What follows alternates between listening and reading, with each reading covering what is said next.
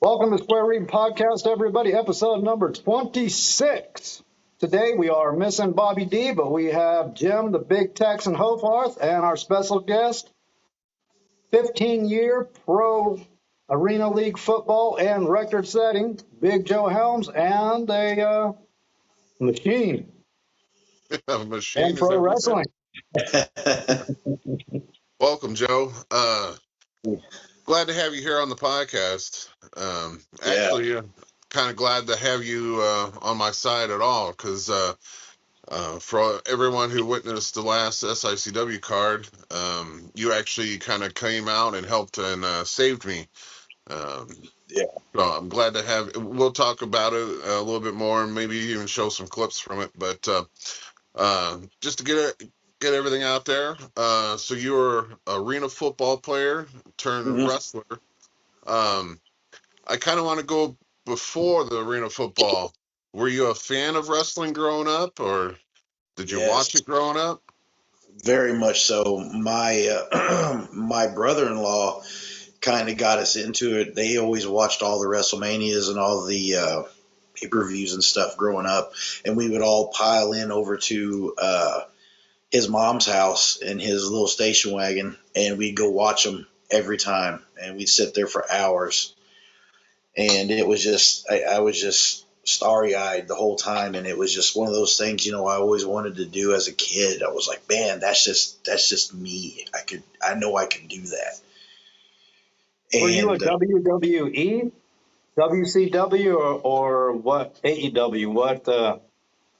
Which one did well, you like the most? growing up, man, I watched everything I could get my hands on.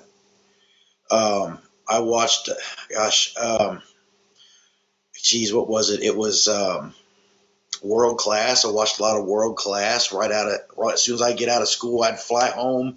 I remember on the old cable box, it was like cable box 15. Man, I'd get on there and watch that, and I watched a lot of them. The old school guys. I was a WWF guy. I very rarely got to watch some WCW until like later on. But it was I would watch Raw, or I would watch what was it? Was it Superstars on Saturday morning or something like that? Superstars, yes. Yeah, Yeah, I would you had watch Saturday that. morning cartoons or Oh, superstars. You had to pick. yeah, man. Yeah, man. And I remember just going and making makeshift rings out of mattresses and everything we could around the neighborhood and wrestle with the neighborhood kids in the backyard. And I was a Boys and Girls Club kid growing up at the Boys and Girls Club, and we used to always get in trouble for wrestling on the mats and stuff all the time. And we would wrestle around all the time, man.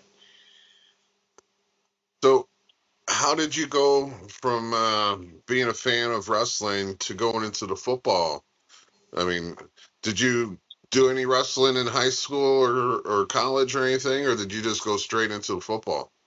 I went straight into football because I did a lot of growing up at the Boys and Girls Club. I played a lot of basketball and did things like that, and my best friend in high school, Stuart, he was like, man, you should come play football. And then the football coaches was always, when I got to high school, like, you should play football. I was a sophomore in high school. I was probably about 5'9", 5'10", probably 240, 245 at the time. And I didn't know a dang thing about football, and I was like, screw it. My best friend's doing it. I might as well go do it. And that year, I didn't get a lot of playing time. But my junior year, I really excelled in it, There you go. and I took the senior spot on the offensive line as a junior, Wow. and I played a little defense there for a while, and then as a senior, I played offense and defense, and at the time they had quarterback, what was called the Quarterback Club Award, and that was for the most outstanding senior, and I ended up winning it that year. Nice. And I got defensive player of the year for I had what was it? It was like 135 solo tackles that year, and so and that's just kind of I only had 3 years of football, and I excelled really fast at it in high school. Were you Um, Okay. built like a brick shit house then too? Well, as a senior, I went from, let's see, junior, I was about 255, 260, and I went from that to 285 over the summer. Damn, that's a And lot of packing I was on about, muscle. yeah, and I was pushing close to 6 foot at the time. And it was just going to the gym and working out, OTAs and stuff in the winter time. And I'd gotten a job at McDonald's. I was eating and eating and eating and working out. And so yeah, it was fantastic. Had a couple of cool offers out of high school, and I ended up not going. I had a couple places I could have went free ride, and I didn't. And um, I got the love bug. I got married out of high school. And I had 3 kids. Move quick, don't you? Ah, yeah. Well, I didn't have my first kid till I was 21. Oh, okay. Okay. So it took a little bit of time, but that one wasn't planned. The second one was planned, and the third one wasn't planned. They just came. After waking up in the morning one with, like what we said in the last podcast, that's a questions morning. Yeah, yeah. Like, how did that happen? Because my son, I mean, we were safe and on birth control, and boy, he showed up. He was coming regardless. Yeah, he So, was. so how did you get back into the football then? So I was married for about 8 years, and we ended up getting a divorce. I took the kids. I was a single dad. I took the kids, and I think I was 25, 26, something like that at the time. And maybe it was 26. Yeah, it was 26 because my friends that I knew when I got out of high school, we kind of played a little, out of high school, a little semi-pro here and there, just a little bit, just dabbled. And I ran into them. I was at a basketball game. I think it was for one of my girls. And I ran into them and they said, "Hey, we are going to start an arena team in Springfield." And I was like, "Okay." And they were like, "We would like for you to come play." And I was like, "Man, I ain't really did anything in quite a few years. I'd have to really get back in shape and, think about it." Right. And, lo and behold, I got myself motivated. I was in a real bad depressional state, with the being divorced and had the 3 kids and the job that I had. I was working with my brother as a painter, and I was making like honestly, it was like less than $7,000 a year trying to take care of these little kids, and so we were struggling pretty bad. And I Yeah. thought, what? I was like, and I wasn't getting no help. I wasn't getting no help from the mom. Mom was deadbeat. I got no child support or anything like that. And I was finally like, what? I got to do something for myself. I got to pull myself out of this. So I said, I'm gonna give it a stab. So I started working out, got myself in shape, and I went to the tryout, and I made the team, and the rest was history. Now, That was Literally because so I was gonna say literally because you set records. yeah, yeah, yeah. We sure did. Like I went from 2007 to 2022 with 154 consecutive starts, and that was like the most in like semi-pro and arena history. Like no one's ever went that far with it. And then like a couple of the teams that we were with, we were setting records with scoring records, 134 to like 29 or something like that. It was the most points scored in a American football in the North America ever. wow. And so we'd scored over 100 on a couple of teams that year. That one was just really bad. All right. So I played a little semi-pro football, and I think I told you this. Now, when I played semi-pro, uh, they weren't paying us not good at all. You Yeah, know, yeah, we mainly got paid by the sponsors for the team. Um, when did you start making money? Were you making money in it? it was a contracted deal. Like it was supposed to have been at least minimum $300 a game. and we were lucky if we saw that, So it is one of those kind of like with you, it was kind of like that with you. It was almost one of those, you're risking your health and injury to play the game you love. Right. And it was one of those things where, you know what, I'm going to treat this as if this is my NFL and give it everything I got and see what happens. And I had an amazing career at it. It was fun. Did you start making more money when you went to the arena ball? No, it was still like if the organization ain't really pulling in anything, nobody else is going to pull in anything. So it was still kind of one of those deals. Like it was arena ball, but it wasn't like arena one. It was like the level.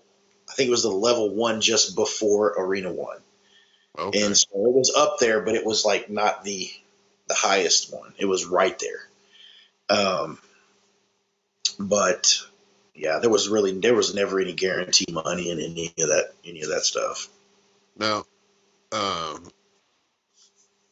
going from a painter to playing football, uh, I mean, you're a father of three. Did Yeah. playing football help somehow with financially with the kids, or was it just being You know more what? well known that got some stuff coming in? Yeah, it helped out. People wanted to watch my kids for me, and that made it easier for me to afford other things because I mean daycare is Oh yeah, crazy. yeah. Um, and so it also allowed me to pick up two jobs. So I ended up working for the YMCA on the weekends, and I worked for like a vending company, and I wasn't pulling great money, but it was feeding everybody. Yeah. I barely made time for sleep because of working two jobs, and I still made it to the gym, worked out, took care of the time with the kids, made sure they did their homework and everything, and then work on the weekends at the YMCA. If I didn't have a game on a Saturday, I would go work. If we were in town, our games would be done about 10, and then I'd show up at the YMCA because I had keys, and I'd go do all the cleaning and stuff that I needed to do after the game, whether I was beat down sore or not. That's what I was doing. Wow. So yeah, when people say, "Oh, I got kids, I can't do this," I'm like, I don't want to hear the excuses. I'm a no excuse guy, and I'm that same way with my kids because I'm like, all I hear is excuses. Yeah. I totally agree with you. When me and the wife got together, we had our oldest boy. I made her stay at home because it was cheaper to have her stay at home and watch the kid versus putting him in a daycare.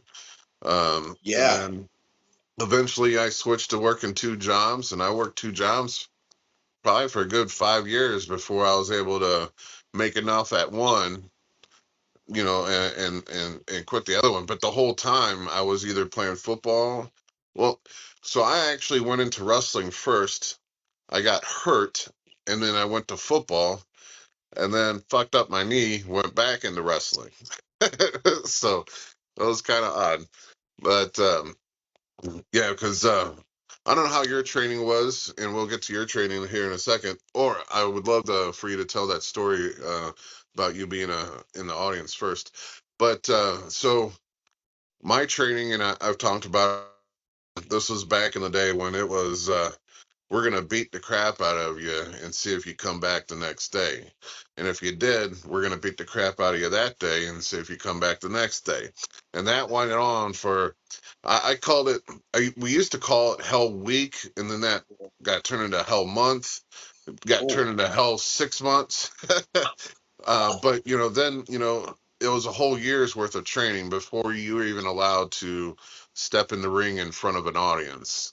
right, But I mean, looking back at it, I wouldn't want it any other way because that was one hell of an experience.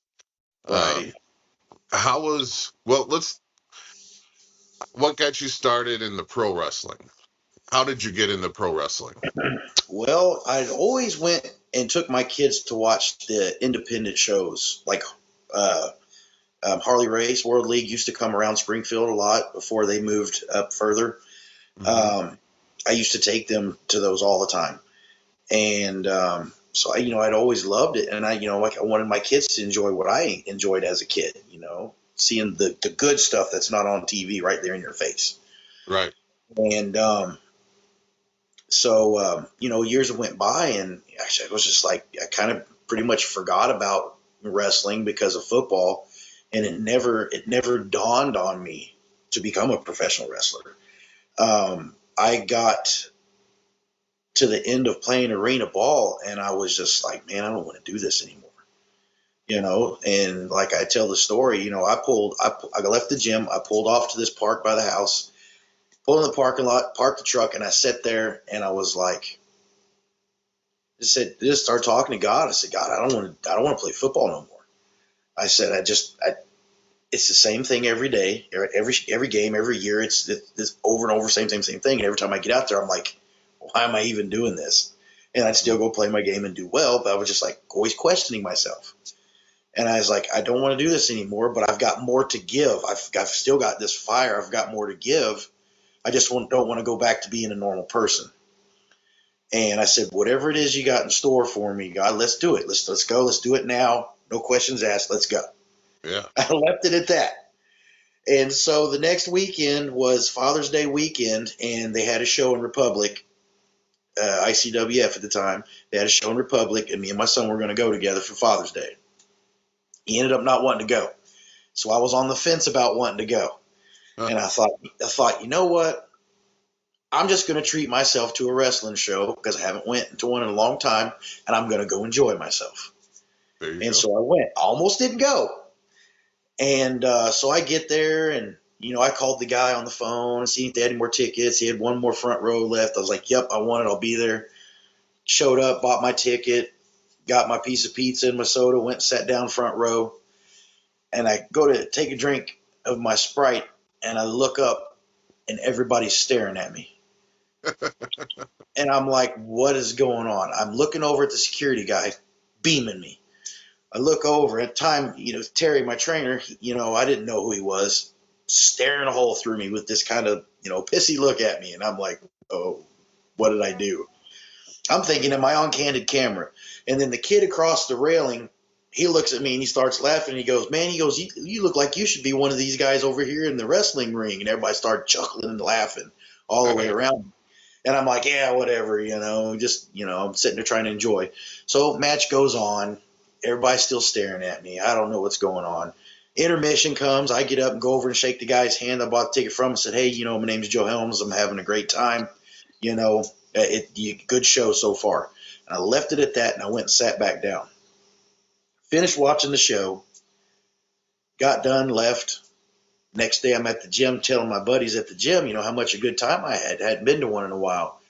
And at that time, I got a message from the owner of ICWF in my inbox. It was the same time. It was really crazy. And he goes, hey, it took me a minute to figure out who you was, but once I realized who you were, I would like to offer you a spot in our 15-man battle royal as a special guest from Nice. the Queen City Insane Asylum football team. And I said, well, yeah, ever since I was 12, I wanted to do that. And so we just set it up, it was like a couple weeks later, I showed up, and they wanted me to get my blood work and everything in just, before I got in the ring. So I came anyways, and I sat in a chair outside the ring, and I watched everything everybody did. Hmm. And I didn't just watch it to sit there and waste time. I watched it to absorb it. I wanted to see exactly what they were doing. I came there to study, and that's what I do. And couple weeks goes by, I get my stuff in, I get in the ring, and they want me to start working with the guys, and it's like I just went right straight into it because I already knew what they were doing. I absorbed it all. And of course I went and I started studying stuff at home, and that's how I got into it.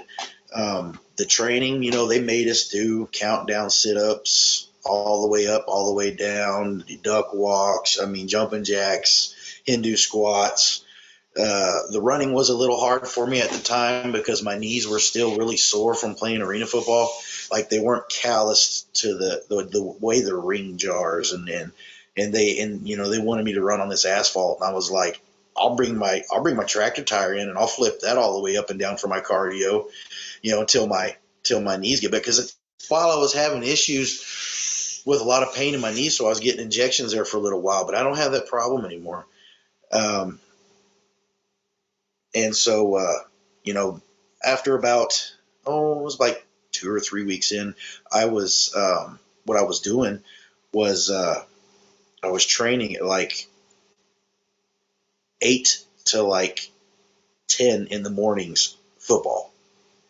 And then I would go home, take a shower, head to Ozark, and train for about 5 hours in the ring after football practice every Saturday. But you were still doing both. I was doing both. And then Sunday I would get up and go do another 5 hours with the advanced class when they had advanced classes at the time before these other people left. So I was doubled. I wasn't playing around. But I know that I was laid up in the bed afterwards because I was tired. I made my son bring me stuff to the bedroom. I'm like, I'm dying. And so, and because I had like a national championship game still, and Okay. and I wanted to finish up the season and then just solely focus on wrestling. Yeah. And and so my goal was every time I came to training that I would do something that would surprise the trainer or impress the trainer, like he can do that. And so one time I came in and we were making mock matches, and I locked up with this kid, and I threw a shot to him and spun him around. And when he spun back around, I jumped straight up in there and hit him dead in the chest with a drop kick. And he went down, and Terry's eyes got just so big. And he goes, "Stop everything right now." And I was like, am I in trouble? What did I do? And he started scolding everybody else in there. And he goes, "What's the deal, guys?" He goes, "Joe's been here 3 weeks, and he can do a 5-foot standing drop kick, and he's 310 pounds. You guys have been doing this 8 months, and you can't even do that." Wow. So I got everybody else in trouble because of my athleticism. And so I was like, well, my bad. So he made everybody start drop kicking the turnbuckles right there. And so, yeah, it was pretty funny. And I mean, so, I trained like that all the time. Sometimes they would open up the gym for a little free time on Wednesdays, and I would go take advantage of it. I mean, I would be the last person to leave every time because I just wanted to absorb it. I wanted it. Terry even told me, he goes, I knew the very first day that you stepped in this ring that you was going to be a wrestler and that it's what you wanted, And so I trained with them on Saturdays and Sundays, and then I would go and sneak off to Mid-States and go train with them because they both kind of had like a stupid Rivalry. beef or something. Yeah. Yeah, and it was such a stupid issue, and it was on ICWF's part.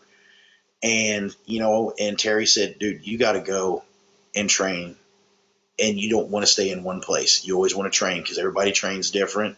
Yeah. And there was some stuff that Terry couldn't do with me because he couldn't get in the ring and do the bumping and all that stuff. And I was the guy that was training he was training me, but I was training the students through me because I could get in there and take everything, and he trusted me enough to do it all right, and I showed him enough that I could do it. And Right. so basically I was his extension. And so I started going down there and training with Jason. So I got like a year and a half, almost 2 years of training in like a year because I kept double dipping, just kept going.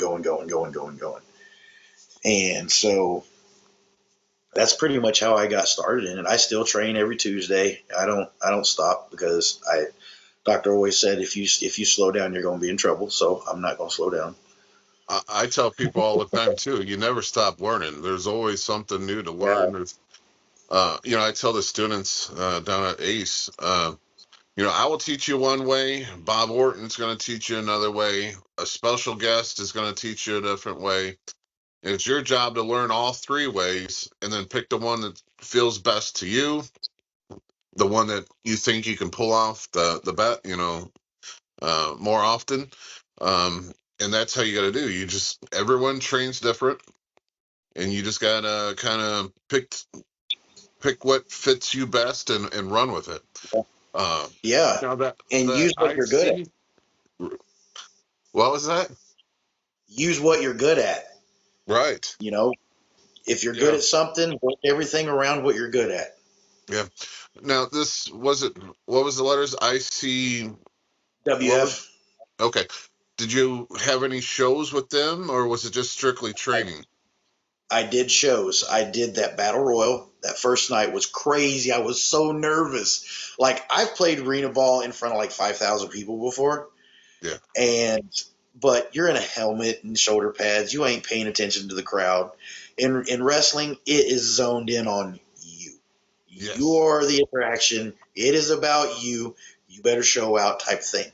Oh, I was nervous. I was in the back, about ready to come out to the battle royal. Terry looks at me and he goes, "You're nervous, aren't you?" I said, "That is an understatement."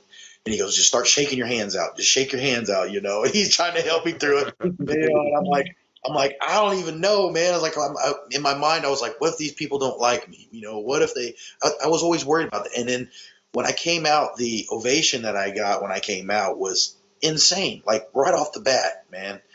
And I didn't want to look at none of the people because I Yeah. was so green to it and nervous because I was one of those people I was never one of those that could stand up in front of the class and talk in front of the class. I Hmm. just couldn't do it.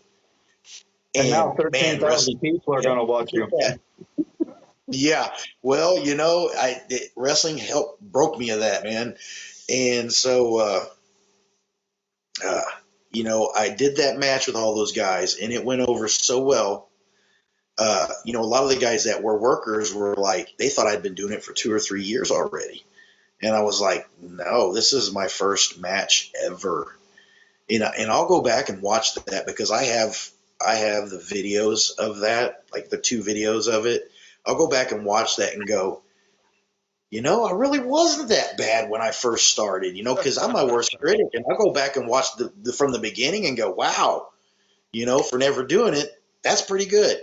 Yeah. And but yeah, I had let's see, I think I did two, I think I had 4 or 5 matches, but I was a face, so I didn't get a lot of time in there. And I think when January rolled around, I went and did a QT Marshall seminar, and that was eye opening because at that time I did a QT Marshall seminar for AEW, and we're all sitting there, and he goes, "All right, you know what? We're going to do something different today." I'm like, "What?" He's like, "We're going to pair off and we're going to do 5-minute matches." And I'm like, "Oh boy." Yeah, because I had literally a 1 5-minute match and I didn't do a whole lot in it. And I did tag match. I did like a 12-minute tag match with Graham Bell, which was a phenomenal match. I've got it too. It was great. And but I never did a solid one-on-one 5-minute match. I've got to think for myself, on the move, all that stuff. I haven't did that yet.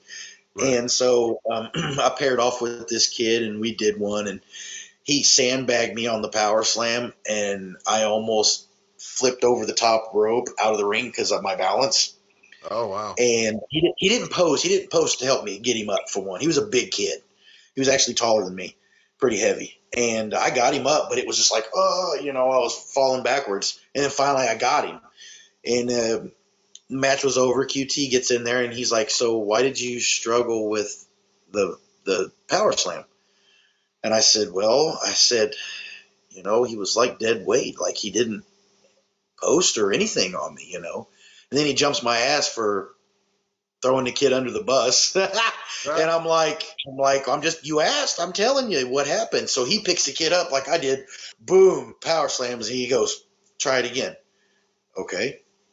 Picked him up. Didn't have a problem that time because the kid knew he was about to get his ass lit by fucking QT if he didn't do it right. And then he goes, right. "Well, why was there a problem this time?" And I was like, I didn't even want to answer it because I was like, "We posted this time," but I didn't want to be a smartass. Right. And he goes, the match didn't suck. He said, but don't do moves that you can't do. If you can't do them safe, don't do them. And I'm like, Yeah. yeah, I agree.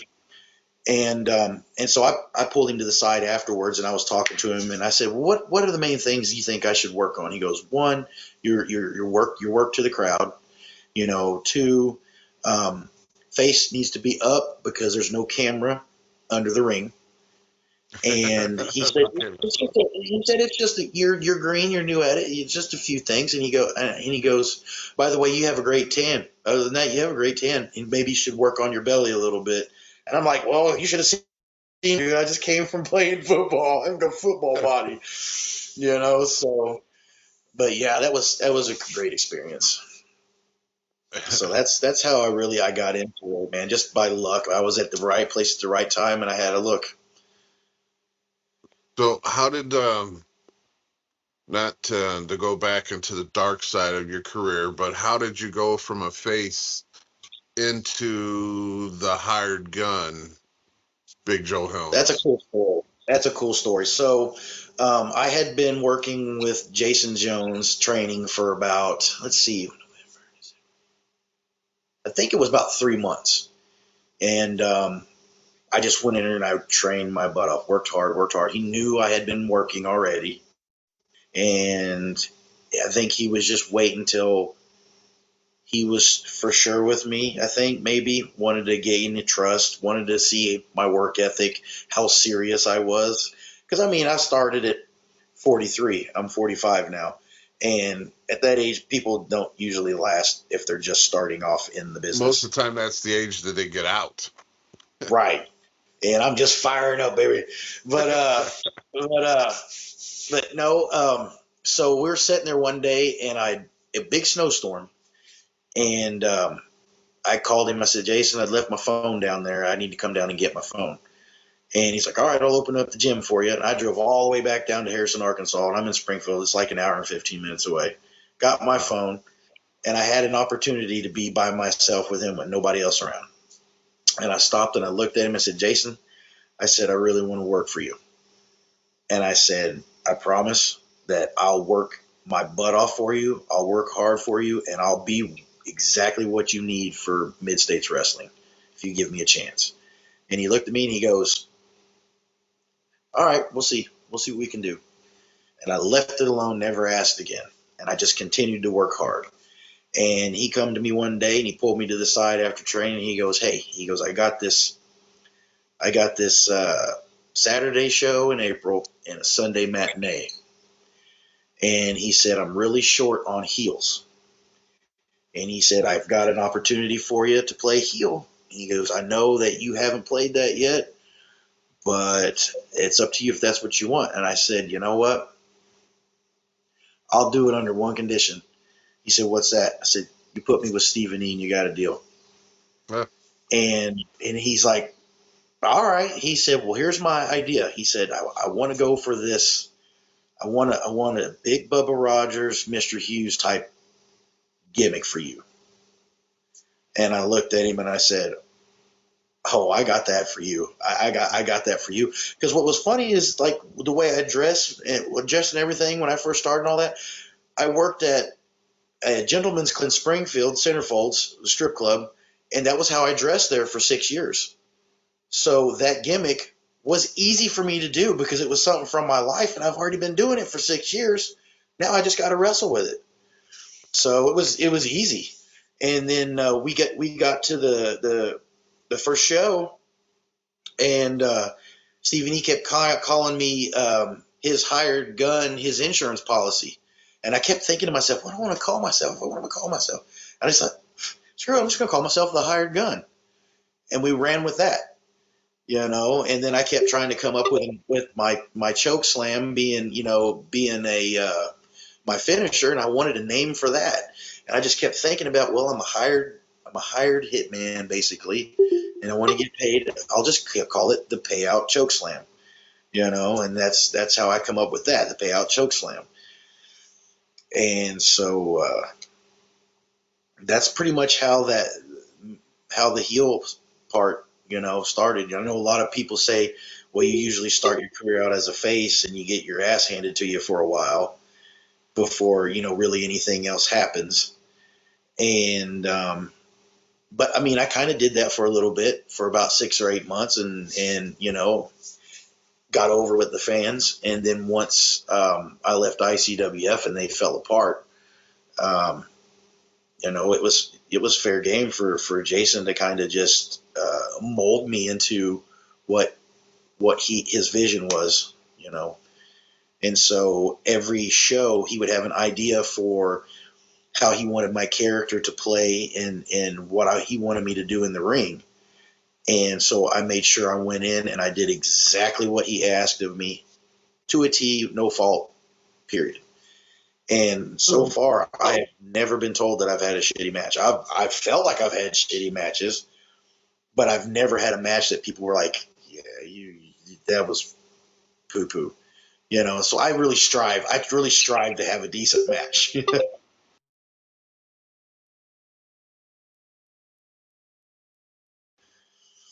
Well, I can tell you, I know just to backtrack a little bit, but I know when I first saw you, I thought you had been doing it a lot longer than you have. Yeah, no, it'll be 2 years in August, end of August. But okay, now, at what point did Herb Simmons bring you in? How do you know if you were the circumstances on that? Okay, that's a pretty fun story too. So I've been working the hired gun. See, it was April, May, June, July, August. Okay, so for about 4 months, and Herb had came down for a show in August. I think it was the August 12th show, and it was my debut in Springfield as the hired gun. Okay, and he was at that show, and I didn't know who he was or anything like that. And I guess he was watching, and I had the VIP match, which is like the dark match to get the show going. And I did that match, and I was done, and I went to the back, and my trainer pulled me to the side, and he said, "Hey, I'm going to introduce you to somebody." And I was like, "Okay." And he set me right there in front of Herb and said, "This has been one of my students, and this is Joe Helms, and Joe, this is Herb Simmons, one of the greatest promoters in there in the last 50 years." I was like, "Well, nice to meet you, sir." And he looked me up and down, and he goes, "Well, you got one hell of a look," and I like it. I watched you out there, and I was impressed, and I took that, and I was like, "Really? He was impressed? Wow, really?" And I thought it was me. I'm a worst enemy, and I'm like, I felt like I looked like poop, and he loved it. And he's like, "We'll have to see about getting you up there someday." And I was like, "Yeah, yes, sir." And I went on and did my thing, and we had another show or two, and I was help loading the truck of the ring and stuff. And Stephen E comes to me and he goes, "Joe," he goes, "you want to ride with me to SICW tomorrow and see how they do TV?" And I was like, "Yeah, I got nothing going on tomorrow. That'd be great. Cool, let's do it." He's like, "Make sure you bring your stuff." I was like, "Oh, okay," because I thought I was just going to sit around and watch how they did TV. I was just going to watch. So I show up there, and Herb's, I walk in. Herb sees me, and he goes, "Oh, good to see you." He's like, "Did you bring your stuff?" I was like, "Yeah." He goes, "Well, we'll bring it in." Oh my gosh, So I'm like, okay, I'm kind of freaking out because I never did TV before, or anything like that. And so I go to the back and I look at Stephen E and I said, "I thought I was just coming here to watch how they do this, not be in a match." And in my mind, I'm thinking, "Oh God, oh God, oh God, oh God," And then I go back there to get my stuff on, and I forgot my shoes at home. So I had to get in Steven's car and run to the closest Walmart and go buy a pair of $14 black Walmart shoes so I could get in the ring and wrestle that day. I was a mess because I'd never been up there, didn't know where I was, and I didn't think I was going to make it back in time. And I did. And what was crazy was when I got in that ring, I looked around and I saw the cameras and everything, And I thought to myself, man, I said, what am I tripping for? I said, this is just like a glorified training exercise, Joe. Just do it. Just do it. You're trained. Get in there, breathe, relax, and have fun. And that's what I did, man. And that's what I try to do every time, man, is just have some fun with everybody that's in there. Now, speaking of fun, we have, 13,000 people that watch off and on. Those of you who are fans, Big Jim and Joe Helms do have a history together. Yeah. Okay, we're still echoing from Jim's popping in and out and causing an echo. Yeah. Can you guys hear me? Yep. Yeah, you're echoing.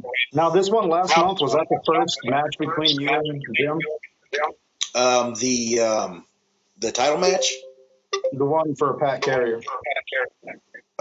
No, we had a match about 2 weeks prior, and it went so good. Like, it was a great match. That match that we had at SICW, Jim, our first time we were at SICW before that match at Pat's. It turned out great. We meshed really well in there, and we just went back and forth tit for tat. And I felt like we got real comfortable in that first match. It just felt good. Then we took that on the road to that shrine, and for that title match there at that shrine.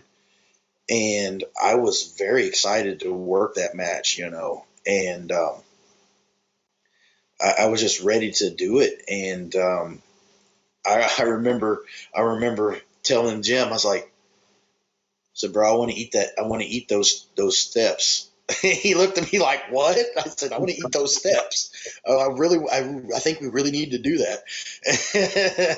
And people looked at me like I was crazy. I'm like, what?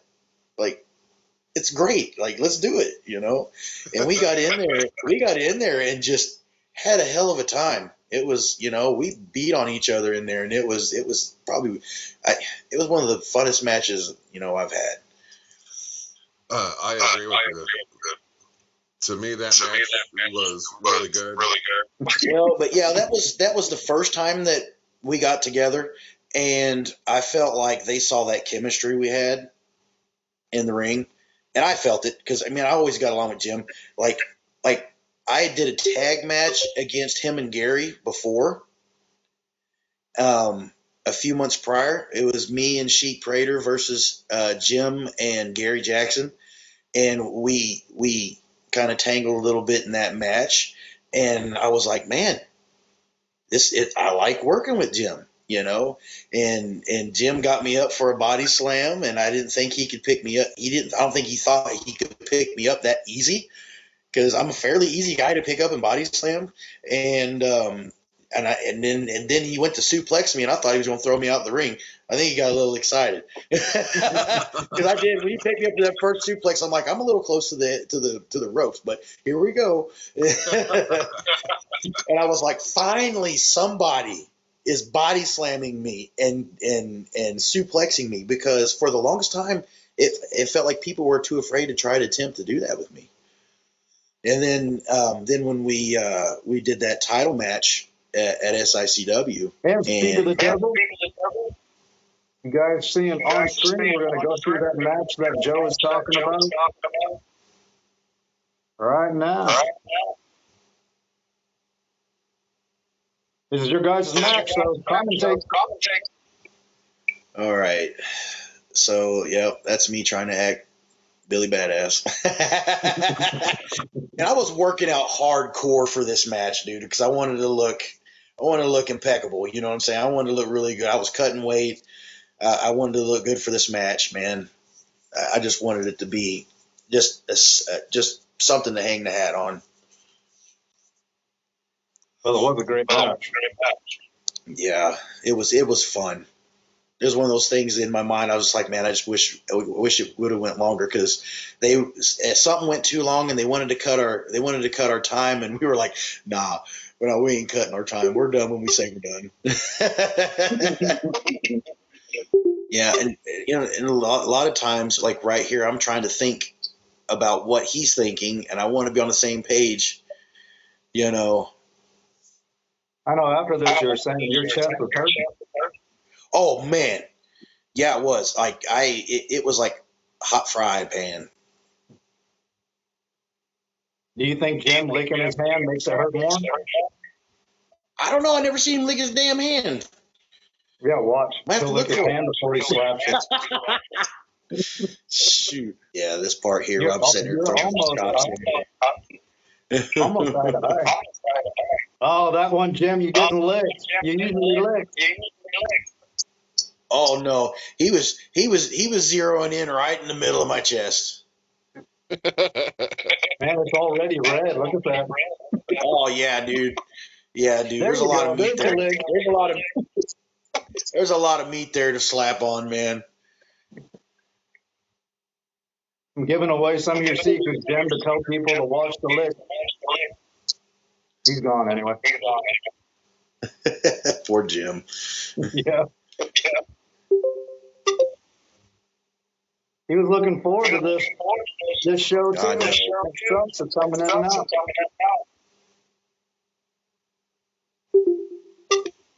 Yeah, good big slam. Boom. I was like, roll over. You're done.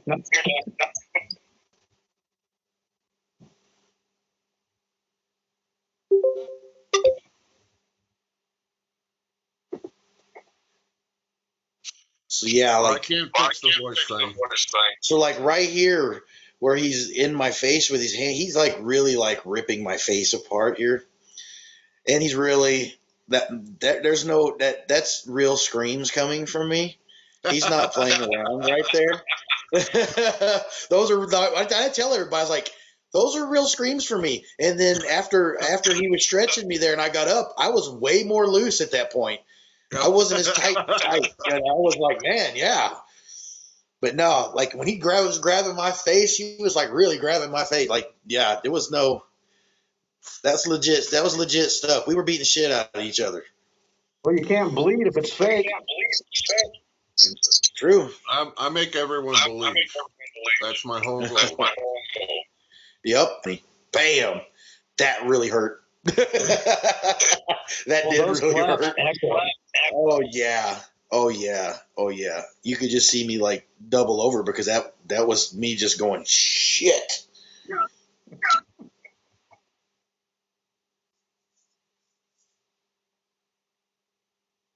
Yeah, I already said a long time ago that taking a chop from Jim is not going to happen.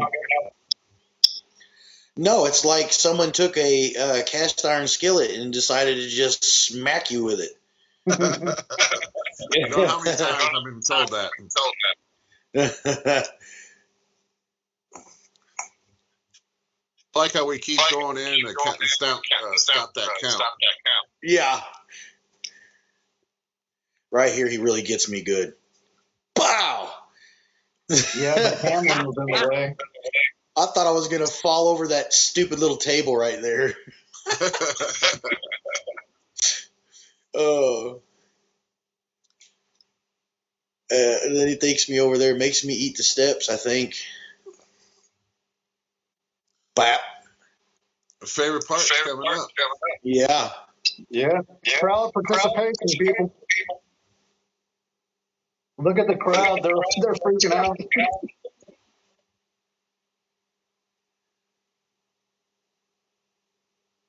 Yeah. So I was hoping when he threw me on that table that I would slide all the way down it. So whenever he threw me, I was trying to launch myself. Well, what happened was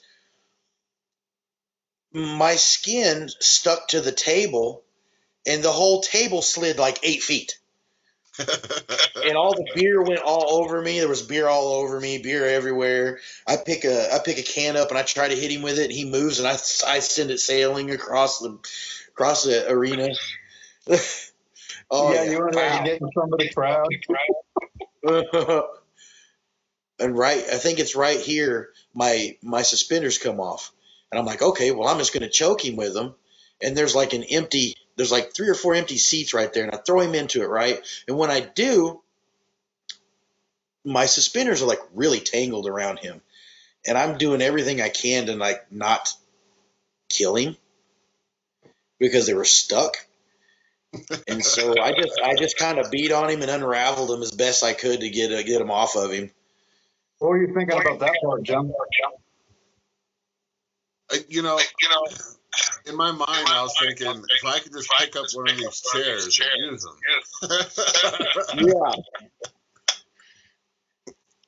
Yeah. Well, and since there was literally like 3 chairs with nobody there, and I think there was like 2 or 3 behind it. Yeah. Like they had just gotten up or something.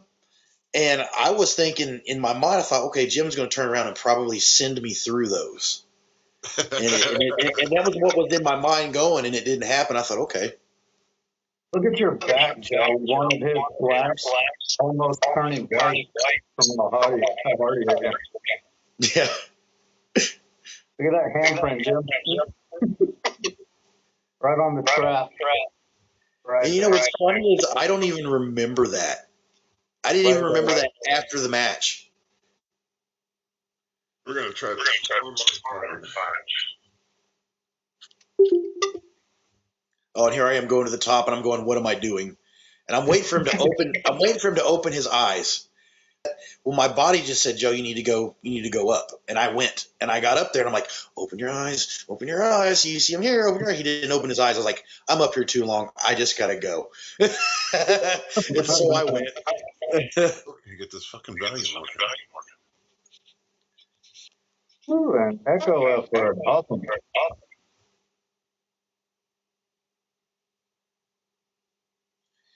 And at this point, I'm starting to get really exhausted. Of the night, though.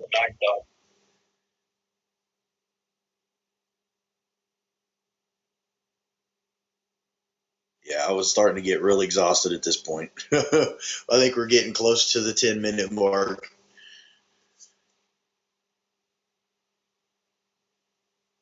There we go. That's not nice. You've had your kids, Jim.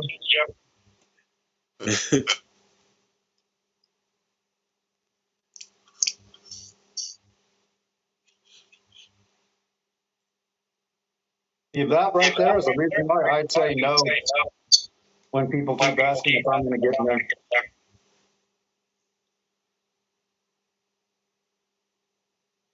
And what's crazy about this match is I didn't try to body slam him. I didn't try to suplex him. I didn't try to do any of those things. It was just a big old brawl. Yeah. And I still felt after this match that we had probably a couple more that we could have done like stipulations and really took that a little further. Yeah. And right there, I'm exhausted, bro. I'm so exhausted. And here comes Larry. That one looked like it got you high and hurt a bit. Yeah. I mean, it was great. I have no complaints about that match at all. I watched that lariat over and over again because the whiplash of when he hit you. Yeah. No, it was great. I'll have to say I wanted to control it a little bit more because at first I was knocking people's teeth out. So I had to back it off a little bit. You hear that, folks? I went through 3 different people got their teeth either broke or not. I was like, well, this is the best part really right here. When you know that you wrestle someone who can be your equal or even better. It's always nice to give them their props, Yeah. You almost had me there too. When I see you come up the chest, I was like, we're gonna go again. I wanted the fans to be like, because they were looking at me, and I was like, I wanted them to think I'm going to drill him because the heel part. I can't, you know. And they lost their minds. They lost their minds with that handshake. They Oh, I really mean, did. this time there was just a glimpse of you maybe turning or having um, a glimmer of coming to the good side, as I like to say. Yeah.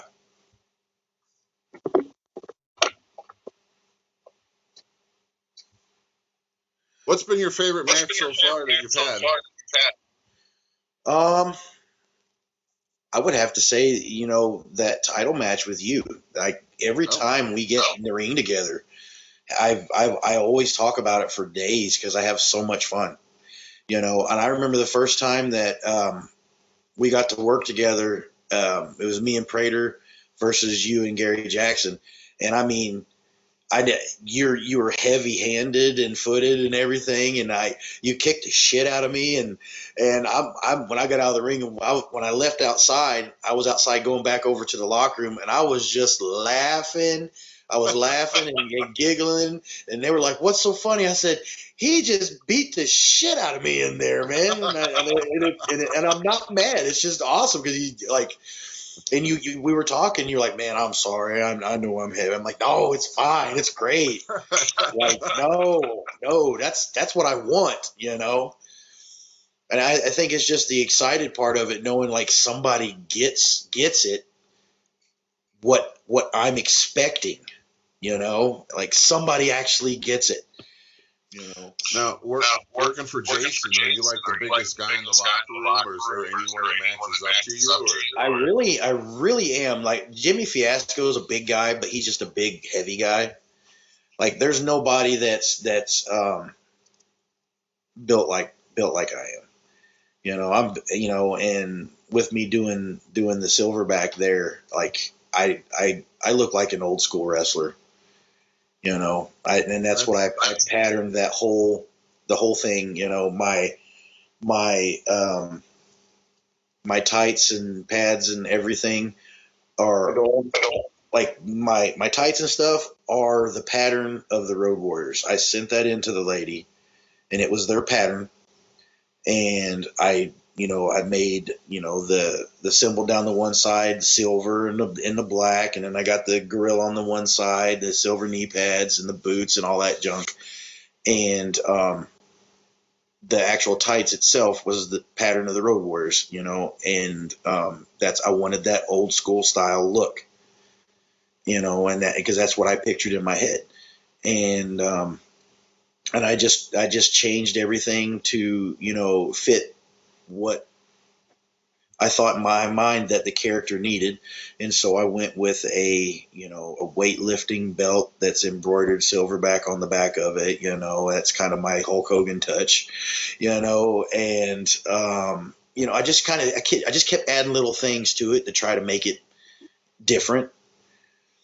Because I always get a man. It reminds me of Vader and the Road Warriors, like they had a baby, and I'm like, that's kind of yeah, kind of the silverback, And so I just kind of created that character was actually something from my life as well. A few things mixed together from my life as well, and that's why it works. And I always get asked on podcasts, how do you go like from 4 hours somewhere is this over face to this big bad heel, 4 hours away? I was like, man, it's easy for me to do. It's because I love it. It's because both characters are really who I am. It's just easy. It's easy to flip flop it. yeah, it was kind of like that for me, because some places, when I was under the hood, I was totally healed, but you get those fans that they do nothing but cheer for the heel instead. Yeah. And so it was easy to convert me over. So basically, when I got in a match, because I was going many of places, and you never knew who you're going to have. You're either going to have the angry Texan or the happy-go-lucky one.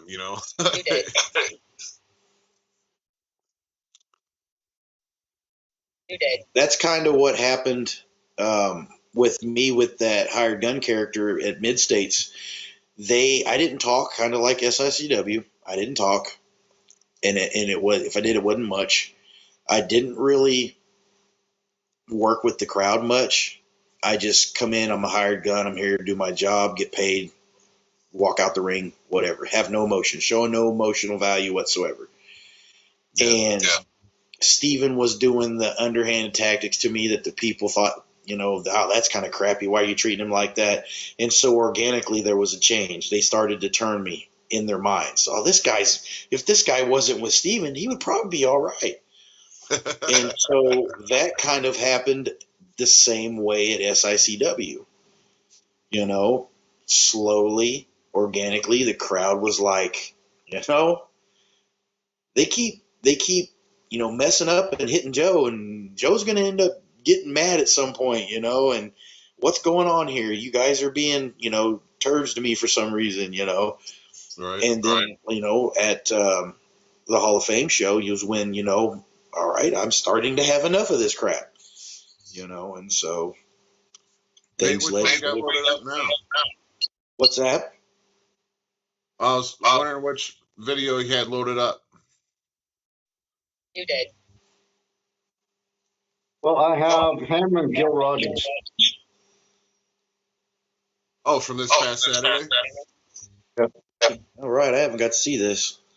Okay, we're echoing off yours, Joe. So when we're talking, I'm going to mute your mic until we're done talking so it doesn't echo. Because it's bouncing off the walls and coming back. It's going to be a pain, but at least we'll be able to hear each other. All right, this is you and Gil Rogers on date. And Jim's gone.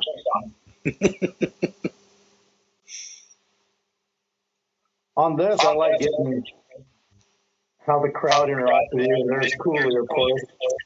Oh, yeah, he was fired up. Yeah, he always is. That kid has a ton of energy. One thing before we get into this, I want to say is talking with the fans. I think a lot of them don't know how to identify you as a face or a heel. You're kind of like in that in between. Yeah. Yeah. Well, soon enough they'll get it. I don't want to let no cats out of the bag, but soon enough they'll get it. They'll we don't want to decide. do that, so let's continue.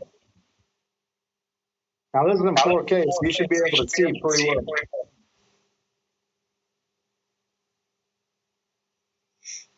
We have Gil coming out. That's spinning. This is his first time back in a long time. Yeah, I mean, people gave me crap because I didn't know who he was.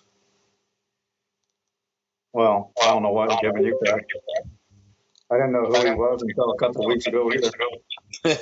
They're like, you don't know who Gil Rogers is? I'm like, no. Sorry. Did he play football for the Niners? Yeah. Jim, the only way that we can solve the echo is if Joe leaves and then comes back.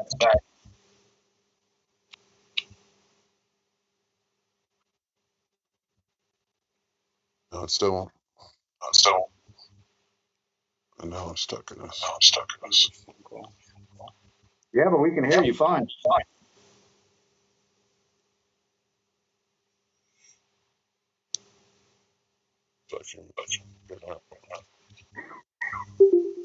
This was a packed house, though. Yeah, it was nice.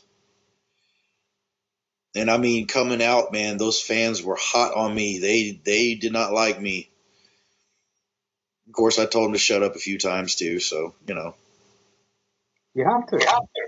Joe, do you have an Instagram account? Yes, I do have an Instagram. Okay, go to Big Joe Helms' Instagram account. What's your account?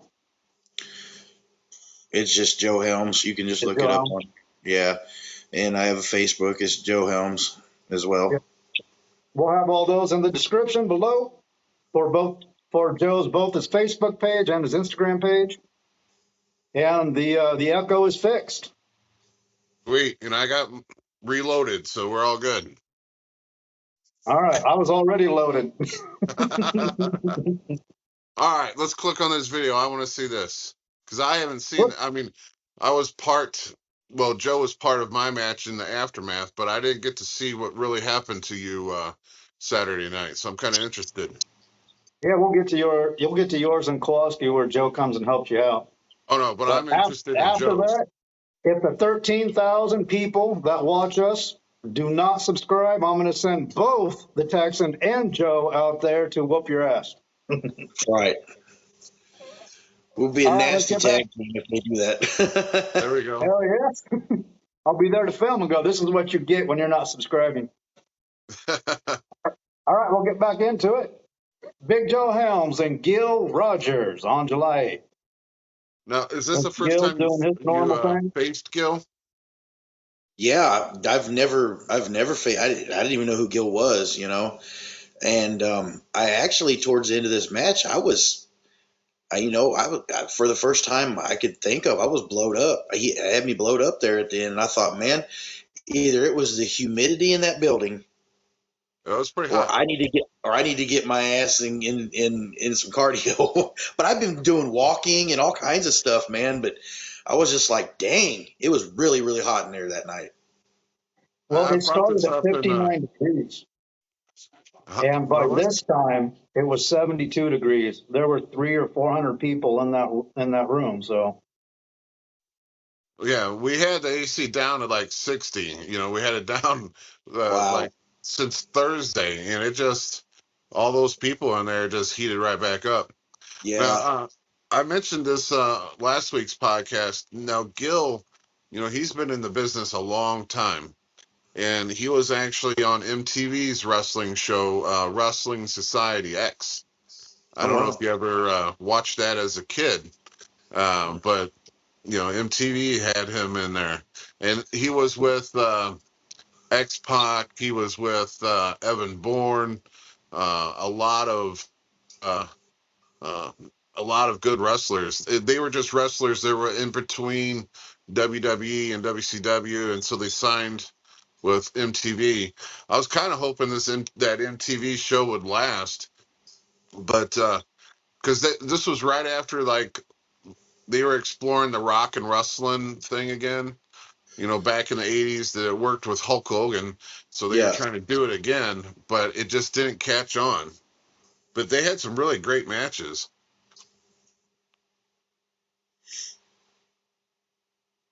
Bam, there you go. well, Nice little shoulder tackle. Oh, yeah, he's another one with those drop kicks. Yeah. I was watching a video on that one, and he got me low. I thought he was going to get me right in the whats, and then his drop toe hold, he was a little low with the back toe or the back Oh, foot. really? I'm used to it being up a little higher up on the bend, Oh, yeah. so, Yeah, so some it made people me throw kind it of into feel the back of the knee, and then, yeah. but he is such a throwback. Yeah. yeah, because Everyone compares him to, what was that WWF heavyweight champion? Bob Backlund. Bob Backlund. Yeah. This looks so much like Bob. I was just watching, I'm like, damn, man. Yeah, yeah, it's true. I'm surprised he hasn't whooped out the chicken wing. I know on that chokehold though, he grabbed you tight on both sides. You were getting pretty purple.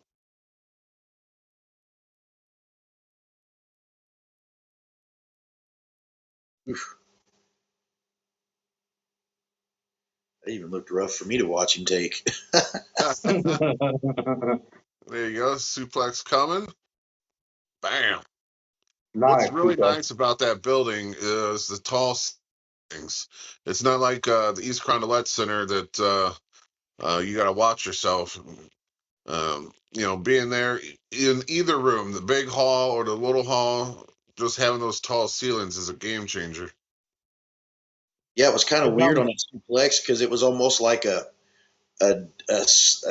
slow motion delayed suplex.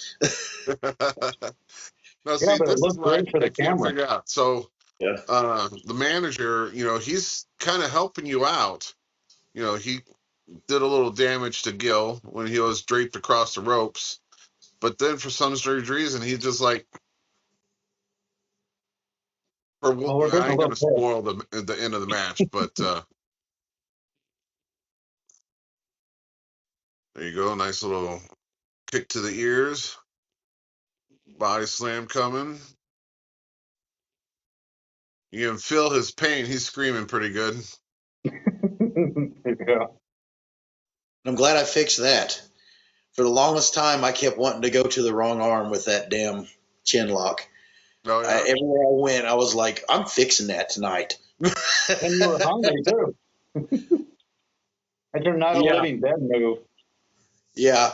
Well, what I did is I pointed to the cameraman and said, "Hey, that cameraman." He turned. I'm sitting there biting the top of Gil's head, and Gil's trying to talk to me, and I'm like, "Gil, I'm biting you."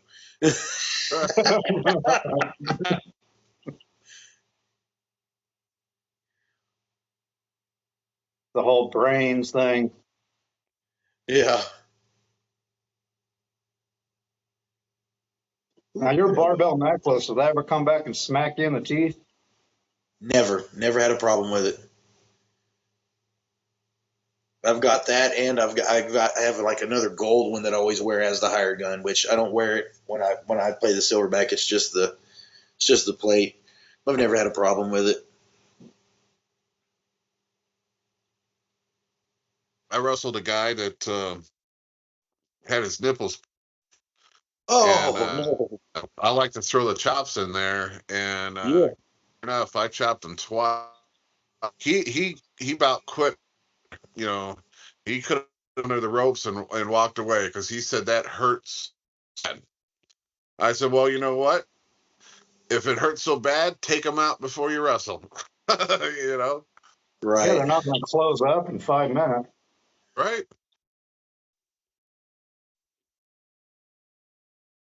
Nice little splash. Are you gonna go for the cover here? Yep.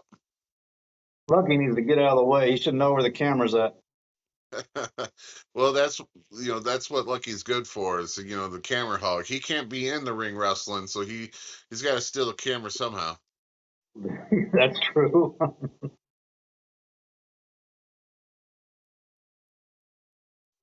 What you got going on here? What are you gonna do? Choke slam?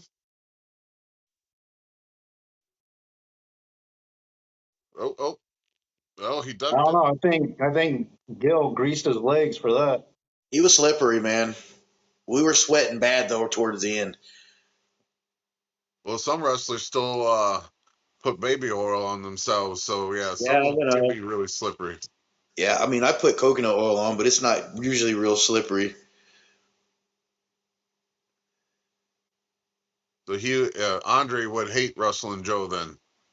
No Yep, baby oil. well, He'd get back at you though. He would fart on you. yeah, you would. Yeah, you would. Middle rope. Oh, I almost thought you were gonna catch him. Oh, he's gonna try. Oh, oh, okay. I thought he was gonna press you. I was like, there ain't no way he's gonna press you. No, Gil's not strong enough for that. He needs a little more shoulder strength. Oh, almost thought you were gonna catch him there.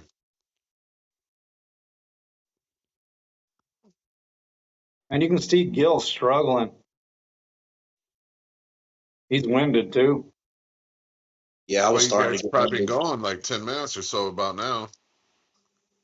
Well, Yeah, and now now you'll he's see gonna what cut happens off the air here. supply.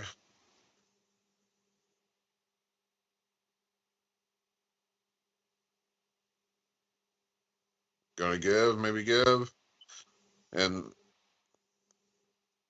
Interference. no, There it's went. not interference. His manager quit. He just threw the towel in. Yeah, he threw the towel in on me. Oh, that's a penalty. That's 10 yards. Unsportsmanlike. 15 yards. See, the manager should never have the option to be able to do that. They're not in the ring. They don't know what the move actually feels like. There's no reason why Yeah, they should and have power to I'm end the screaming at match. him like, "What are you doing?" That fan behind you, that lady was screaming too. She is not happy. Not the one yawning, but the other one. She was screaming something fierce.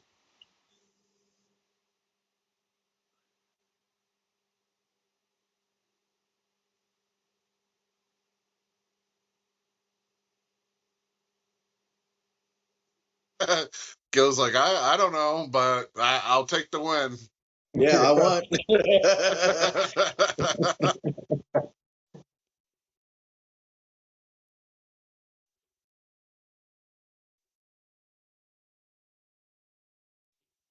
And this part I get, what's Oh Kowalski yeah. saying to you? It just you calm down. It's not a big deal. Maybe it was a mistake. Trying to calm me down, but I'm like I'm tired of the horse crap going on between everybody, and I'm the one that always seems to be the one paying for it. Right. And I turn around, throw my hands up, and then I get attacked. Same thing at the Hall of Fame show too, the Fan Fest at the Aviator. Yeah.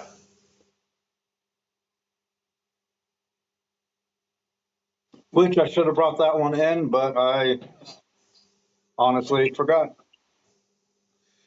And then I take two of his K bombs, and I hate that. I hate that that they did this to you, but at the same time, um, I'm kind of glad that it happened oh, I don't because remember him stepping on my chest. Yeah, he went full step on you. I don't remember that. Look at that fan. That girl is all on your side. She is. Look at her. She is mugging. So I go to the back, and my friend Eventually, Israel that rides with us, he comes to the back and he goes, because I got these two old ladies that just love the crap out of me that always comes, and he comes to the back. He goes, Joe, he's like, I told him I'd come back and check on you. They're out there crying. They're crying so bad. oh my God. And I was like, are you kidding me? They're like, yeah, they're out there crying. And I was like, oh, well, I guess I did my job. you did. Raw emotion. I wish I got it on camera. Like I was Here saying to win. before, I hate that it happened to you, but at the same time, I'm glad because now it's kind of gonna open open yourself up. Now you're gonna, uh, Equal the you know, playing field from between the sides of the locker room now. you're right. And that is a good segue and lead into our third scene of you guys coming together again after Curtis comes in and gets you on out. Oh yeah, Yeah. this is the part that I seen. I don't know what I was doing prior, but I seen Curtis coming out, and I think someone else came. Plus, I mean, as hot as you are, even Curtis touching you is turning your skin white and then back straight to red. Yeah. You'll see that on Jim coming up too.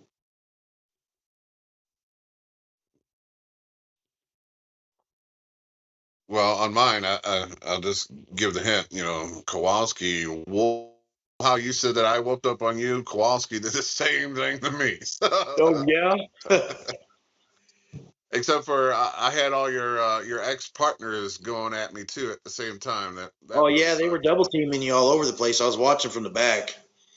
Oh, that was a Yeah. triple team and a half. Now we're It moving straight was. into, since I didn't know how long we were going to go, I shortened this down to Jim being in a little bit of trouble, and there's the savior. Yeah. So what? Basically, my whole match, I couldn't get an upper hand on it at all. I was able to get him up for a very good suplex that actually broke a board in the ring. But I had just hit the lariat. It was my last ditch effort. And then all of a sudden, all of them started just, coming in. I got hit with the briefcase. It was bad enough that three of them are out there, Lucky P and the Hustlers, besides Kowalski. but they also used the briefcase on me.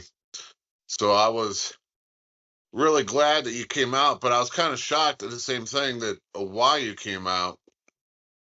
I mean, I know we shook hands, the month prior, but you never really know how someone is, if are they just fucking with you, or and then yeah, I seen him sneaking up, and Well, it almost looked like I went at you, but yeah, I had to get him back from behind you. I was watching on the while they were taping me up in the back, and I seen how they kept cheating on, and I just took two of those K bombs, and I just had enough. I was like, that's enough. Like he's not gonna get it's what, one, two, three, three on one. You got nobody there to help you, and you're about to take a K bomb. Man, how many of those you probably think that he would have probably put on you as an exclamation point to try to Oh win that yeah, match? yeah. I was thinking, well, he's gonna put him in the hospital. And right Before here, Joe is actually the one that's like, "Hey, just stand behind me so we can see all angles." Then I got my little equalizer right there, my little branding iron. God, I love that thing. It's pure iron. That thing is hard as a rock. he's showing chair, but he can't wrestle. He's not doing anything with the chair. And that stupid microphone was squealing so bad. I'm like, what am I doing wrong here? Yeah. Uh, so moving on up, are the hired gun SICW? Or are you going to bring your uh silverback up here, or you don't have to tell us. I mean, you can hint about it if you want. I Yeah, what's mean, the aftermath? the thing is I don't, I'm not sure, but I think if people pay attention to SICW, I might drop a little hints in my promos There you go. if you pay attention to it. Like little Easter eggs. Yeah, Just and the people that know me, if you listen to it, to what I say, it will tell you. So basically, watch the show. there you go. Watch the TV taping, people, on Yeah. Roku and on SICW dot Pay or attention to the YouTube next. SICW. Yeah, pay attention to the next 4 weeks. And of course, Big Joe's Facebook page, which is Joe Helm, Facebook.com Yes, sir. / Joe Helms, Instagram.com / Joe Helms, and of course, always on the Square Read podcast on YouTube and Instagram, and on Now, Jim's, the Big Texan Hoffarth on his oh, it's all YouTube and right. Instagram. He posts things as well. Now, are you gonna focus yourself on getting revenge off of these guys, or I know there's always a target on my back, because I got the title, so I know there's a target on me always. But are you going to focus on coming up to the level to get another title shot, or are you going to focus on Kowalski or LA Well, Hustlers, or the task at hand is kind of like I'm going to have to try to purge these guys out of SICW before I can move forward. I mean, that sounds great with me. Me and Bobby D, it's already been announced on the August show. Me and Bobby D are going to go against the LA Hustlers. Yeah. Uh, so we'll see how that pans out. LA Hustlers. I guess if you guys didn't show up to the show Saturday, LA Hustlers recaptured the tag team titles. Um, there was a little problem. Bob Orton showed up, but Tony Atlas had a little airplane problem, and I was at the headquarters when his first flight was supposed to be at 3:30. They canceled that. Then the second flight was at 7:30 at night. Then the third flight was at 3 something in the morning. And somehow, like, as soon as they opened up another plane for him, they would cancel it. So Tony Atlas, of course, missed the show Saturday, but Flash Flanagan, stepped into Tony's spot. Of course, Tony Atlas has the second title, so only one title was handed officially over to the LA Hustlers. But the LA Hustlers did, get the best of Bob Orton and Flash Flanagan that night. So they are the new tag team champions, unfortunately. But hopefully, me and Bobby can salve that next month. Get a little bit more gold for the Square Ring podcast. Going.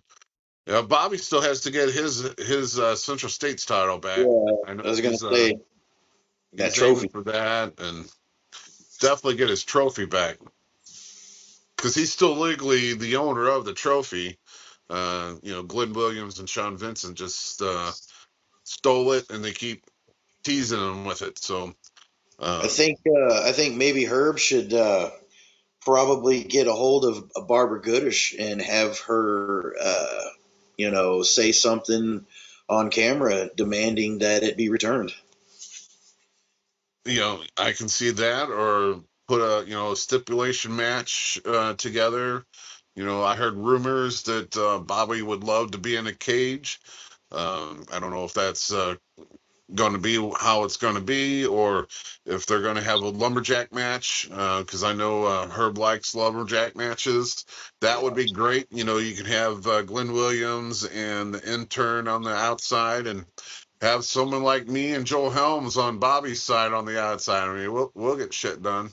yeah. We'll make sure it's even. Hey, I got a Uh, lumberjack match August 12th in Springfield, so I'll be already warmed up for there you that. go. So in Springfield, is that for Jason? Yeah, All yeah. right. Me versus Tim Rockwell lumberjack match. All right. So how did that get built up? How did you guys been Uh, feuding a while? we've been feuding a while. They cheated me a few times. I got hit with a crowbar and Oh damn. lost. Yeah, to the ribs, and so the Kowalski bomb didn't help. Um, the other one, I went to suplex uh, Rockwell into the ring from outside of the ring and got my legs pulled out from under me and held down while I was being pinned. That happened to me a couple of times. So I was 0 for 3 against Rockwell from cheating. And the last match I had up there, it was for the Missouri State Heavyweight Championship tournament, and it was me versus Rockwell round one. And I hard buckled the hell out of Rockwell like 8 times, and the crowd kept calling for it, and that's what I just kept doing the whole time. Nice. And Steven got up on the ring apron to try to interfere, and I went after him, and then Rockwell tried to hit me from behind, and I just did the old schoolboy roll up and surprised him and won, and Awesome. so I got him on that one. So So now it's going to come down to a lumberjack. now we're gonna do a lumberjack match. Yeah. You get to pick your guys on the outside for you. I'm not sure. He hasn't said the stipulations on that, but I messaged Jason the other day and I requested it to be a lumberjack strap match. Oh wow. I don't know if he's going to do it, but I want the guys on the outside to have straps. So if we get out of the ring, because Tim likes to run, then me or him, we'll get beat. So Damn. So that's even worse than what I was thinking. When you said strap match, I figured I pictured both of you being strapped together. But if you're going to have the guys on the outside with the straps, yes, that's what I damn. want. That way, there's no running. Yeah, yeah, I can see that. That would be good. Is there any plug that we can do for that? Does that show up on TV somewhere or? No, it's just going to be in Springfield, Missouri, August 12th, Mid States. Yeah. When's All right. opening and when's bell time? Bell time is 7 p.m. Doors should open probably about 6. Okay. They usually have a VIP match right in between there before the show actually starts. So Tickets are going pretty fast. They were already selling at the last show, and front row goes pretty quick. Mid States is on. It's like, well, that was our 16th sellout in a row in Springfield. Well, let me ask you this. I heard that you can actually buy copies of the show. Absolutely Like can. they sell DVDs, so you can Yes. actually, if the crowd wanted to, they can buy the DVD of that show and take that home. Yeah, they can actually buy it at the show. That what they'll do is they'll give you the cover to the DVD, and they'll take your address down, and then they'll send it out to you. That's That gives you time to have the wrestlers sign your copy of the DVD color or cover, and then you'll get it in the mail. that is awesome. Yeah. That's a pretty good idea there. Uh, so we've gone through the SICW. We've gone through. I've got some off the wall questions for you. Mainly, where do you see yourself in the future? Do you see yourself shooting for like an NWA tenure, or moving on to AEW, or what's your highest goal? Is it WWE? Well, I mean, I would love to get a shot in the NWA because that's the stuff that I watched when I was a kid. That's like a personal yes. To me as a kid, NWA was it. I loved the WWF. I thought that was the end game for any wrestler. But at my age, I don't know that WWE would be interested in me at my age. I mean, I guess I could be surprised. Um, but I mean, if AEW gave me a shot, that'd be great too. Any of those would be great. But right now, I'm just going to keep on honing, doing what I do, and maybe I'll get in front of the right person one day, and be like, hey, you know what? This would be cool. Let's try this. And we'll see what happens. Um, I mean, that's I all it had a takes. I mean, LA Knight's in his 40s and he's just now hitting his stride. So, Yeah. Well, I mean, I got a phone call from one of my arena coaches a couple of Tuesdays ago. His son, Brock, lives down in Orlando, Florida. And he told me, he said, your name came up in conversation. And he said, his wife works for somebody by the name of Vince McMahon. And I said, oh, yeah, really? He goes, yeah, she works for NXT down there. And I was like, really? And so they were talking about both my characters, and they really liked the Silverback. And he goes, I'll call you back in a couple of weeks. He said, I'll see if I can't work something out to where maybe you can get a couple of weeks down there with NXT. So I'm waiting to hear that from would be that. nice. I'm not going to put my eggs in the basket, but cool. If it happens, it happens. If it don't, it don't. I hope it does, Yeah. though. That'd be Yeah, awesome. it would be cool, you know. There's a couple gigs coming up, some Hall of Fames. You got the Lou Thez Hall of Fame in Waterloo, Iowa. Any Yeah. chance that you might show up to that? No one's asked me to come up there, so I mean, if someone wanted to book me to come up, I'll bring the Silverback up there. I wouldn't have a problem with that. I think that would be fun. Yeah, I mean definitely, because you'll be in front of that. Um, Gerald Briscoe is really behind the scenes on that, and I know Wes Briscoe, his son, he's going against Attila Khan up there. Yeah, I've seen that. Uh, I seen that match announced. Um, a group of us, we're gonna go out there. We're not booked, but we're gonna go out there and try to have a good time. It's a 3 days of hanging out with other wrestlers, idols. I mean, the special guests, the lineups is just crazy. Yeah. Um, it's going to be headlined by JBL, but they got a lot of people that's going to be there. What's the Um, date on that? that is Is it actually coming up really fast. It's next week. It's the 20th, 21st, and 22nd. So it'll be Thursday, Friday, Saturday. My I'm looking at next, my schedule. I don't have anything, I don't think, that weekend. yeah.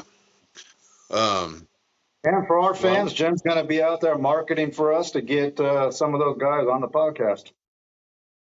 Well, Yeah. there's actually a podcast. Um, it's I guess it's a convention. It's a whole bunch of wrestling podcasters are going to be there. and they're going to have a little group there that they're going to like share ideas or how to make each podcast better. So that to me, that's going to be interesting to see if we can't elevate ourselves um, by going there as well.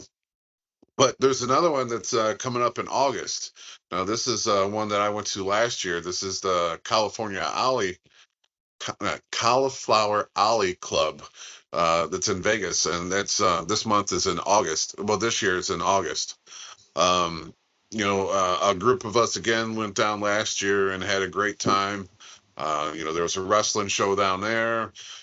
Besides 3 days of hanging out with, you know, it was actually, I'm so kind of blessed that this happened. It just so happened to be Memphis celebration. So Jerry Lawler, Jeff Jarrett, Jerry Jarrett, that's the big one there because, like a month later, he passed away. Um, but they got to go up on stage, and they each got some sort of plaque, and they were able to tell stories, road stories, about working for Jeff Jarrett's grandmother, because she was like the first one that actually got into the wrestling. But this year, the reason why I bring it up is because they finally, all the CAC members, they mail out a mailer. Normally it's about twice a year, but it's talking about who's headlining the show and what the show is all going to be about. Now, last year it was all about Memphis wrestling. This year it's all about Texas wrestling. So Oh, the Big Texans got to go out there. But it's actually going to be headlined by CM Punk. Um, yeah, but I haven't got my copy yet. it's going to be a lot about Texas wrestling. So JBL is actually going to uh, head that one up as well. But Ron Simmons is going to be there because they're going to give him an award. Coco Beware. Um, there's some other people. Damien 666. He's a lucha libre wrestler. Um, one of the original LWOs. Not the WWE LWO, but WCW version. So it's gonna be great. It's normally a big party. So if you wanted to hop along too, if you can find a way out there. Yeah, I Um, plan on trying to get out there this year. I got a couple of people that they're like wanting to pay my way out, so I'm not gonna say no to that. yeah, you're damn right because I mean, everyone is in the hotel, and we're all buddies. We go out to dinner. They have a special like dressed up dinner for the awards, but they also have another night that we have dinner in the hotel. So you get to socialize with all the bookers and promoters from around. WWE has a table that normally has one of their scouts and some of their higher ups. Like last year, it was the guy from the TV show that does the hidden treasures, Yeah, the one that runs the actual building. I can't think of his name, but he's a blonde-headed guy. But he was out there last year along with a couple refs and some other scouts. But they always have a table there. It's when JR was involved in WWE, JR used to always go to that, and he would be the scout for them. But it's a great time. It's a great socialization time because we normally hit the strip, and it's crazy down there. But yeah, so those are two places that I'll be this year, hitting up the Thez Hall of Fame and then going to the CACs. Um, I mean, if you ever want to try to rub elbows with other people, those are the two places to go. I always feel because you know, uh, even though we're both Texans, JBL was in a higher spot than I ever was. But when we were there last year, we were just equals. We were both drinking at the bar, hanging out. Bob Orton was shooting pool right behind us. Yeah, so it's just a great time. So if you can find your way out there, that would be good for you, good for your career. It'd be awesome. I would love to get Nate to go out there, but I think he's scared of planes. I don't know. Not scared of planes. So is there anything else we need to know about Big Joe Helms before we sail off? I mean, other than I have 5 grandkids as well, so I've they only got started one. early on me.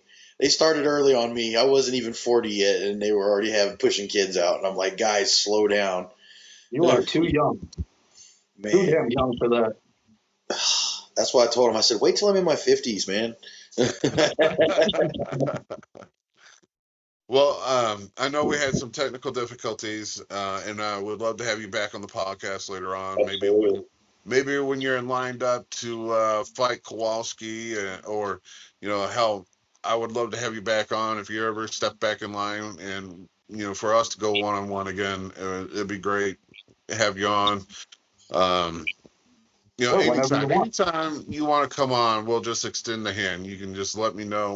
We'll pop good, you man. in. Yeah, I love being on. Yeah, it's just a good way to get you out there. A good way to, because besides SICW, we seem to get a lot of people overseas that watches our YouTube. Me and Nathan was just talking about it today. So it's a lot of people too in Japan. So they love the show. Nate does a lot of editing Japanese wrestling matches into some things, a lot of Brody matches. So they seem to love that. So we do got a bit of a following. But yeah, it's just anything to get you out there, get your name into someone else's ear. We would love to do it. But I appreciate you guys having me on. yeah, definitely. Well, I think we're going to end this one. Love seeing your matches. Would love to see what's going to head for you in the future. Guys, if you like, unfortunately, I know we had technical difficulties, at least my phone did.